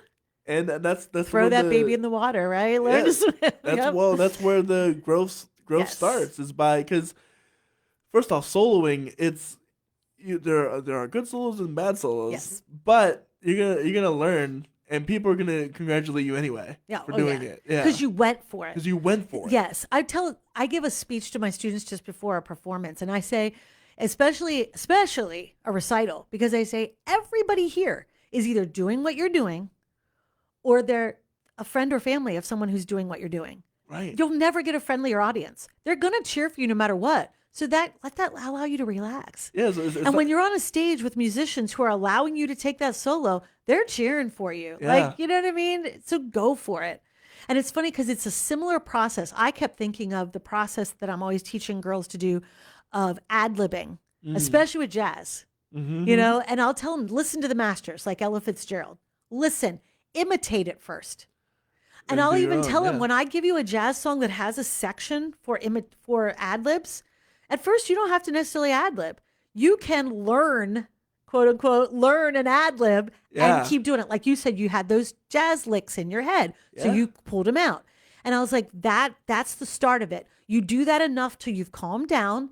And then the next thing you know, when you're calm enough, you will start hearing your own stuff because you've imitated the masters, you've done it, and then you go for it. And I said, that's how because they always look at me because I'm always improv. Every time I do it, it's different. And they're like, how did you just do that? And I'm like, because I've done it a million times. Yes, and exactly. I'm now comfortable.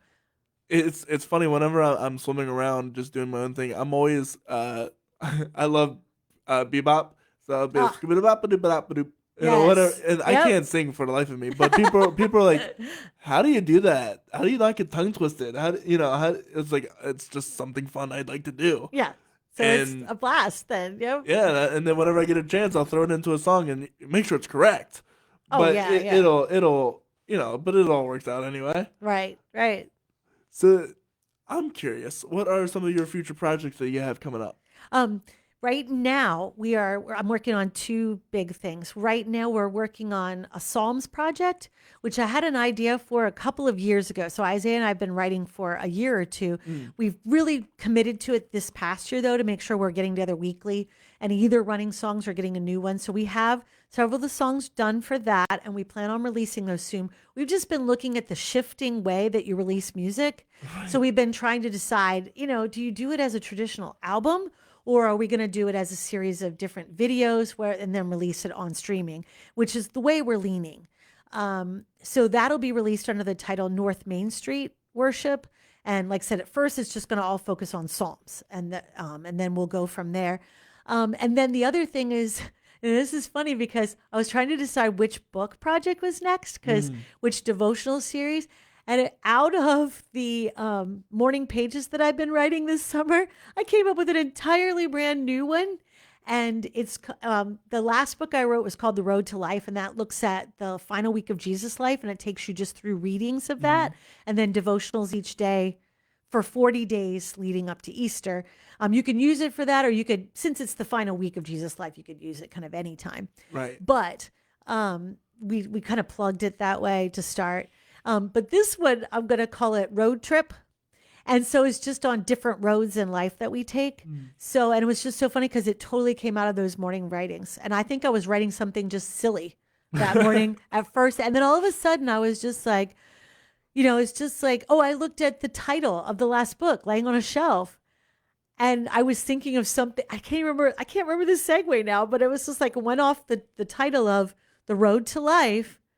And I went off on some other topic. And the next thing you know, I'm writing these whole thing on, it's like this road, the road that we take, the bumpy road of grief, or the road less traveled, detours, and so I came up with this whole series of them. And so I think I have 28, because I'll want at least 30, because I usually like to have at least like a 30-day devotional, because that's a good amount that people like. And so I stick to devotional content just because that's kind of my forte. I just want some piece of God's word that they focus on, because that's been, of course, my lifeblood. Right. As a Christian, that becomes so central to your life. And then I share a devotional, and because that's kind of like my deal is storytelling. So a lot of times it's a story from my life or somebody else's, and then that kind of leads you to what was the meaning of that verse. So how does, obviously, as a Christian, your faith interplays in a lot of decisions. What are some of the ways that your faith has been challenged, perhaps, in this career? Well, through misconceptions of what it means to be an artist and a creative and a Christian, realizing one of the things I love in the artist way is something I've believed in for years, because I was always saying, God is the most creative. Look at the world around us. Right. I mean, how many types of stones are there? How many types of flowers are there? And they all have intricate detail. Why are we not just as creative as his followers? So that's always been a kind of a pet peeve. And it's so funny because in the Artist Way, she's always saying that it's getting in tune with your creator and realizing that Artist Way is a book. Yeah, it's Okay. the Artist Way is a book, and it's written for anybody. And in fact, she's very careful to make sure that she puts, it's obvious she's found Christ in her walk, but she writes it in a way that anybody can relate to it. She always says, trust me, if you start digging deep enough into your creative self, you're going to realize you have a creator. Right, So it's kind of cool. But just embracing that God made me a creative. So use it. Yeah. And then some of the other ways it's been challenged is I don't know, just finding the right ways to use it in the right places, and then not letting things like church hurt get in the way. Not letting things like the way people view what you've done get in the way. Not letting even yourself sometimes feeling that, oh, it's selfish for me to take those 2 hours and go finish that song. Or it's selfish for me to spend a little bit more and go to Right Coast Recording to record and not learn to do it myself. Or maybe it's prideful. Yeah, exactly. Prideful is another big word that you struggle with. So reconciling that, no, this is what he made me to do. So I need to do it, and I need to do it to the best of my ability. Yes, not be wasteful. Right. You know what I mean? Yes. He gives me, because one of the big things I found is I'll have a tendency as a creative to buy that great piece of equipment and then not learn to use it. Learn to use it. Yep, there it is. I get so convicted on that one, because then I'll just sit there and look at it and go, but you need to, you know what I mean? Need it though. Eventually, I'm gonna figure it out, Exactly. and it's worth it. And then there's the counter side to that, to saying, I did produce one of my own albums once. It was just okay. I'm not a producer. Yeah, And that's okay. But okay. I have also learned to produce enough to get some of my own ideas down, which is good, because then I can hear it better. So when I go to the studio, I'm not spending extra Empty-handed, hours trying to figure out, no, I don't like the direction they're going with that song. But what did I want? I have no idea. Now I go with a better idea because I've tried things at home. And then even on the last project, on the Long Awaited One album, I actually recorded a whole bunch of those strings and a whole bunch of the background vocals at home because I was proficient enough to be able to record those things and then take it to Bobby, and then he could put it into the computer, add the extra layers it needed, or, pull out a little bit of background noise or anything that had gotten in there. And so I was actually able to save a little money by doing that. But it wasn't so much about saving money as much as even I sometimes allow myself to be extra creative at home. Right. So, like I did a version of Silent Night on that Christmas album that sounds very Charlie Brown. Like I did these jazz chords and I did these oohs that are very jazz, and it really does. It has a Charlie Brown vibe. That's cool. And I had so many layers of background vocals. I thought I did too many. And I took them all to Bobby and I said, you can weed through this. I did a ton. And he goes, no, I love them all. And he somehow got them all in. And I don't know how, but he did. And it sounds really cool because it added to the Charlie Brown vibe. That's awesome. So what are some of the mistakes that you think you've made or you've seen other people make or students, teachers, that you would like to give advice to or speak to, so that way future artists don't make them again? Do it. Do it. Do it. Play your instrument. Do it. Sing. Write that song. Even if you think it stinks, write that song. Another one could be coming. Yeah. Some of my worst little tidbits either turned into something great or got rid of it, got this idea out, and the next thing that came was great. Some of my best stuff was born from that. There was a song that I wrote on the My Rescuer project called How Wonderful, which was I took an old hymn. When I was struggling with lyric writing, because the lyrics was always the harder thing for me. The music was the easier part. Writing the lyrics, because you felt like, do I even have anything worth saying? Sometimes you feel like that. Because I'm not just the poet first. I was the musician first. So I would take old hymns and rewrite them. And this was one of those. And the first time I wrote it and I recorded it on my 8-track thing, I was like, I sound terrible on that. But there was some nugget in it that just kept going, but there's something good in this. I kind of like it. So I worked really hard on the vocal, and the next thing I liked it. And then I gave it to a real guitar player because I had been using like one of those little things that you could hold down a chord and it would arpeggiate it for you to make it sound like a guitar, but it didn't, and it didn't work as well on that. Well, yeah. It had worked well on another song. And so there's only so much you can do. Yeah, exactly. But this other guy was able to take that and really turn it into something. But this song, oh my word, it turned into one of my favorite songs on the album. And I almost trashed the idea because I hated the way my vocal sounded the first time. Oh my. And like I said, it turned out to be like totally 4 fine. layers of vocal and just this incredible guitar part my friend wrote. And he like changed one chord the way the progression went. And it was brilliant. And he goes, oh, does that work with your vocal? I said, I don't care if it works with the vocal I had. I will make exactly. Right. And so number 1, just do it. Number 2, share it. Yes. Get over your fear of it. Learn how to take criticism, learn to listen because there will be people who will beat you down because they're kind of envious that you're just going for it and they're not. So learn to listen for that. There will also be the hypercritical, because like one of the big things I've learned as a teacher who I've sent students to competition type things, sometimes a judge writes something to just write something. Yeah. And you'll look at it and you'll have 3 judges tell something. And 2 of them raved on it. And the third one is like beating up the same thing the other 2 raved on. And you realize that person just really needed, and I've felt it as a judge for some of those things. You struggle over, what do I say? Because I always want to build up, but yet you do want to be constructive too. So I've always been trying to be really careful of being truly constructive, saying, this is what I'm hearing, but don't worry, it's minor or it just takes a small tweak. Because one of the things as a voice student, I remember, is my teacher would tell me something and I thought they meant I was doing it horribly because they gave me a criticism. And really they meant it was just tweaking a little bit. And because like now I can listen to recordings of myself as a teenager and go, what was I? I was so hard on myself when I first listened. Oh, that's going to be the next thing. Listen. Listen to yourself, okay, right? But first, learn to take the criticism, but just keep sharing, grow from it, and don't let it make you stop. Don't go home. If you get one bad piece of criticism, don't let it make you stop. Remember that many times that bad criticism sounds 1,000 times louder than the 5 people who walked up to you afterwards and told you how good it was. Remember that there were 5 great people that walked up and told you how great it was. Try to find the kernel of truth in what that other person said and then move on and keep writing, keep creating. And then what was I just saying? Listen. As soon as you can, learn to listen to yourself. As a teenager, I couldn't stand the sound of my voice because it sounds so different than it does in your own head. Yeah. And also as a young musician, because I got to hear myself really young, you sound older because in your head, you're trying to create the tone that you're hearing from older musicians. And then you hear it and you're like, oh, I sound like a little kid.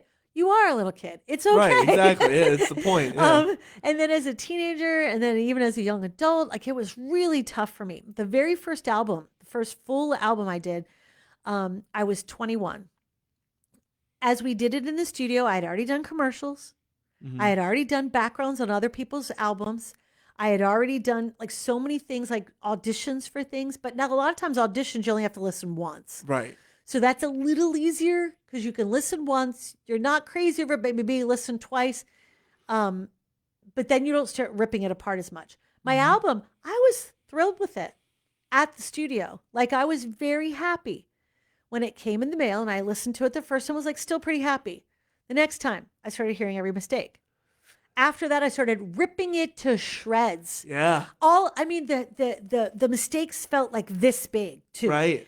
And now I listen to it and there's very little. I like listen to it go, it was little things here and there that are just growth as a musician that just needed time. Yeah. And so listen, but in the early days when you have that tendency to want to rip it to shreds, don't listen that long. And listen a little, take what you can from it, go, oh, they're right. I'm not letting the air make that note change happening. I was trying to force it so it kind of fell off. Right. And so then I go, okay, learn from that. That is what I'm doing. So relax and let the air do its job. And then don't keep listening to it going, I suck. Right. Listen to it and go, oh, I have some things to learn. Yeah. And it's okay to release unperfect things. Yes, that's the other thing. I mean, it really is. It's okay. Yeah. Because it's just going to make you a better musician. And down the road, people see the growth as well. Yes. And I had a really hard time releasing anything I didn't think was perfect. My husband laughs about that. He goes, if people knew the sheer volume of stuff that you have written, right, that you just wouldn't let anybody hear. And I'm like, you're right. Because and there's some good to that. There's some good to being, to learn to critique your stuff a little. Yeah. But like I said, listen, because now it's one of my favorite tools. Because I'll listen to something and I don't give up on a song quite as quick. I'll just be like, that section, that needs some work. Mm-hmm. Or, yeah, hey, I'm liking that groove. I'm not real crazy over the verses. I let my melody get a little too predictable, a little too simple. You know what I mean? For a creative piece as opposed to, like, let's say a worship piece where you're trying to make sure it's singable. For other people. Yes. So, last question I have for you. Okay. What is worship to you? Oh, worship to me. It was funny because I watched yesterday's with Caleb. Yeah, and it was funny because, like, really enjoyed that. He said a couple things that really spoke to me that day too. So thank you, Caleb, if you got to listen to this at all. It was really good.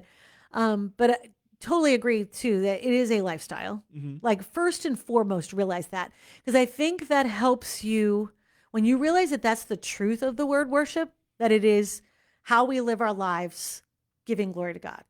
If you really realize that, it's going to color the way you look at corporate worship. It's going to color the way you look at all the other ways that we look at the word worship, the music that you choose to go into it, the praying, the sharing of God's word together. All of those things will be colored by it's ultimately about God. It's not about the preferences of the room. It's not about it's not even about the people. Because one of the things I struggled with early as a worship leader is I can be a people pleaser. And it was one of the reasons why it was hard to share sometimes too, because you were so worried about pleasing your audience. I found that sometimes it was a good thing because you could look at your audience and say, oh, this audience is going to be moved by this style of music, so I'm going to give them a lot of that style. But then I also said, I'm going to also challenge them a little. And I would give them a little bit of my own. And usually by the time you've played to what's going to move them, they're also willing to listen to what moves you. So that's kind of cool too. But it was funny because, in fact, like one time recently, I was sharing a new song as the worship leader that Sunday. And I gave a little preference to it because they were like, we didn't give any kind of preface that this new song was coming. Would you go ahead and just say that it's a new song? But I just simply said, listen, we have this new song this week. And during the week, I was really struck by the words. So I hope that as we share it, you're just going to take time to really take those words in and then just sing along as you're moved to sing along. But really listen to those words. And it was so funny because the pastor said to me after, that moved me. You made me want to love that song because you loved that song. And it was so funny. He goes, because that group, because we have multi-sites, and he goes, that room sang it better than any room that he was in that day. And he just goes, because you're, you know what I mean? Right, so, yeah. When we worship, we're sharing our heart. And as lead worshipers, many times, remember that. You are the lead worshiper. Right. You've done the work. Because I tell students this in shows too. I said, you did the work already. Now you're going up to perform. Now you're just laying what you worked. The same is true in worship on a different level. Yeah. But you have done the work. You've chosen the songs. You've picked the right keys. You've made sure everything's put together.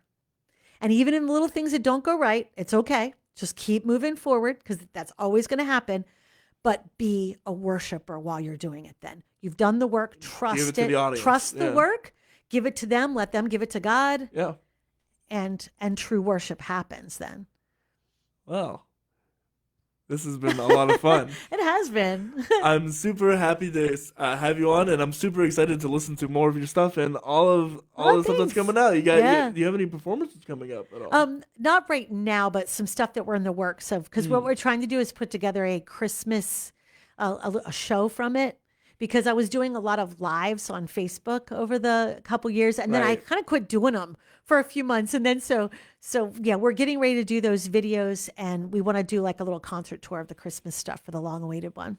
Awesome. Well, be sure to check out her stuff on Spotify. All pretty much anywhere at Pauline's Music. Check out her website where I'm sure that all that event Yeah, all stuff the links will be are available there. all there. Yep. And if you guys have really enjoyed this, be sure to follow me. Yeah, there you go. This is Uh, good stuff, guys. You'll enjoy it. Yeah, at This Story Podcast, you can find that if you search This Story Coy Rosen on any streaming platform, it'll pop up. It's the red neon lights on the big brick background.